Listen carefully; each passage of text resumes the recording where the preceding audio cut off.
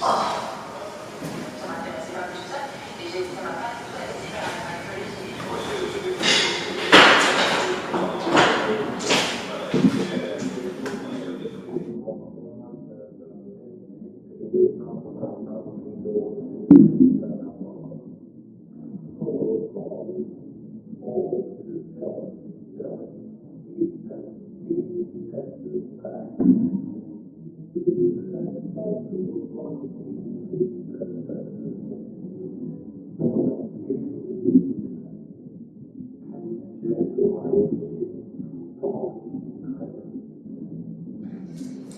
Et j'y pouvais.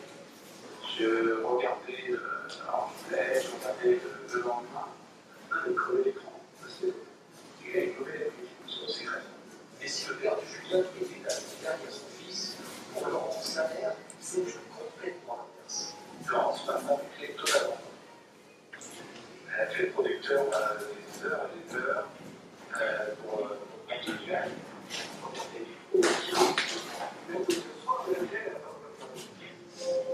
Je me suis pas rendu compte que j'étais dépressive. Enfin, j'ai eu mon premier rendez-vous en février. Là, c'est vrai qu'au bout du deuxième rendez-vous, mon psychologue m'a dit que j'allais être hospitalisée, mais on s'en rend pas vraiment compte. C'est vraiment au fur et à mesure des rendez-vous.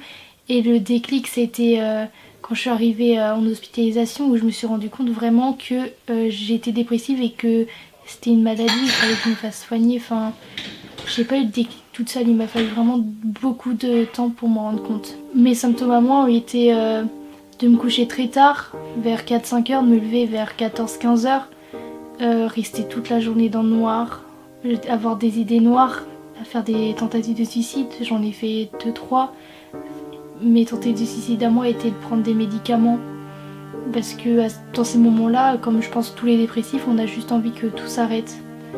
Même si ça rend triste nos familles et nos amis, on pense vraiment qu'à soi et qu'à se sentir mieux. Et pour se sentir mieux dans ces moments-là, c'est juste en finir avec la vie.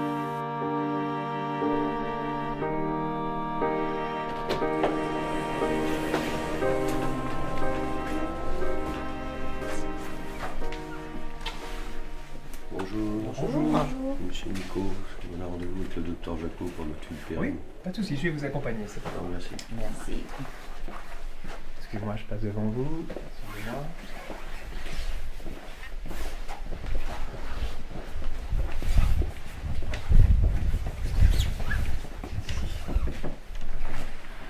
C'est le rendez-vous pour Karine. Très bien. Bonjour. Allez-y. Bonjour. Merci. Bonjour monsieur. Bonjour. Bonjour Perrine. Allez-y, Je suis rentrez. rentrée à Bonjour, l'hôpital le madame. 6 juillet 2018. Les journées à l'hôpital sont très banales, ils sont très orchestrés avec des horaires fixes. Les chambres ferment à 10h. Ça veut dire que de 8h à 10h, on peut être dans notre chambre, mais là souvent on se met tout seul et on réfléchit et on se pose. Après, on est obligé d'être en collectivité, du coup ça fait du bien d'être en collectivité. On se rend compte que c'est les meilleurs moments parce qu'on peut parler de nos vies, de tout. Et ça nous crée des bons souvenirs et ça nous fait plus d'affinité. Marco, je passe tes cartes. Du coup, là, en fait, il y a juste menteur aussi ma carte. Ah, Non, non, ça aide de choisir. Ah oui, oui, totalement, mais voilà, maintenant vous connaissez bien ma carte. Allez. Je suis sûr de. Ok. Ouais, du coup, oui. Bah voilà. Voilà, c'est Caro. Menteur. J'ai des Non, doutes, hein. c'est Caro. C'est sûr. Hein. J'ai plein d'anecdotes à l'hôpital. En 2018, c'était l'été, du coup il faisait forcément très chaud. J'ai une anecdote où avec mes amis, on a voulu faire une bataille d'eau qui s'est finie en bataille de boue. Je me suis ramassé la gueule parce que j'ai glissé. Il y a plein d'anecdotes comme ça. Et pour sortir, on était tellement plein de boue et tout mouillé que les infirmiers on devait forcément aller prendre une douche. Les infirmiers voulaient pas qu'on salisse tout le service.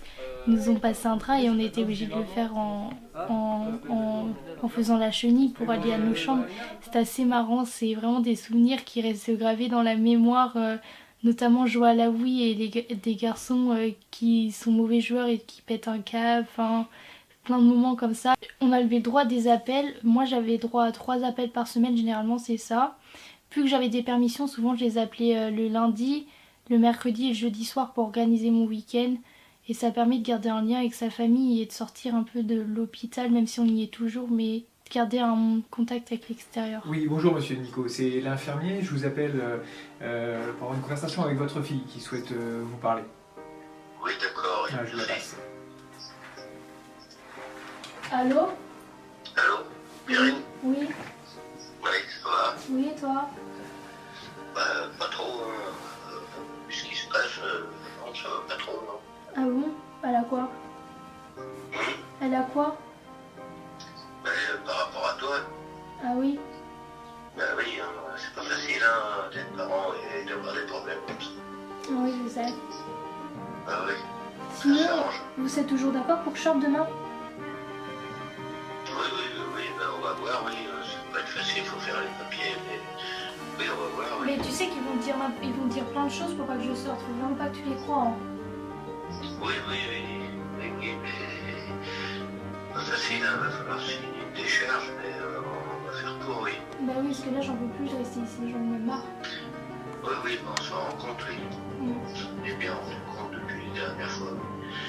Donc, on va réfléchir à ça et puis on va faire en sorte pour te sortir de là-bas, oui. Ok, merci. Problème. Parce qu'ils vont te raconter plein de conneries sur des trucs que je veux faire et tout, alors ça sera faux. Oui, mais bon, on n'est pas là-bas nous non plus, hein. Oui, je sais, mais tu me crois moi ou tu crois eux? Oui, je crois toi, mais c'est que c'est une grosse dérogation, hein. Oui, je sais, mais après, de toute façon, là, je peux plus rester ici, vraiment, je vais exploser. Oui, je sais. Je m'en suis bien rendu compte la dernière fois au téléphone. Oui. Oui, mais... On va faire... on réfléchit et puis on va le faire quand même, je pense. On va voir avec maman. Ok. Et du coup, c'est toi, maman, qui va me chercher demain? Mais on va voir. Ok, Je pense que ce sera maman. d'accord. Allez, bon courage. Merci, à demain. Ouais, gros bisous à demain. Bisous.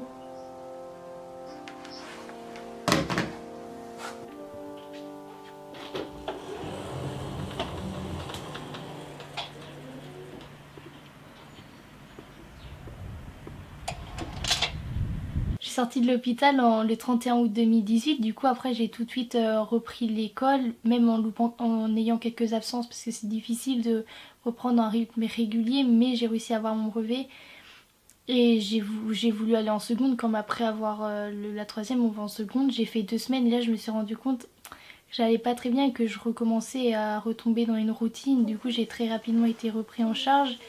Et en janvier 2020, j'ai subi une deuxième hospitalisation jusqu'à fin février 2020. Quand on sort de l'hôpital, on a un sentiment de liberté comme un oiseau qui s'envole pour la première fois. On a un regain d'air, de souffle, comme si on avait été enfermé dans une pièce 24 heures sur 24 sans jamais sentir l'air sur soi, même si on a un petit extérieur à l'hôpital. Mais c'est totalement différent, on se dit on va pouvoir retourner faire les magasins, revoir nos familles, enfin retrouver notre lit, enfin tous ces trucs qui paraissent banals pour d'autres personnes qui n'ont pas été à l'hôpital, mais pour nous c'est un truc ça nous change complètement.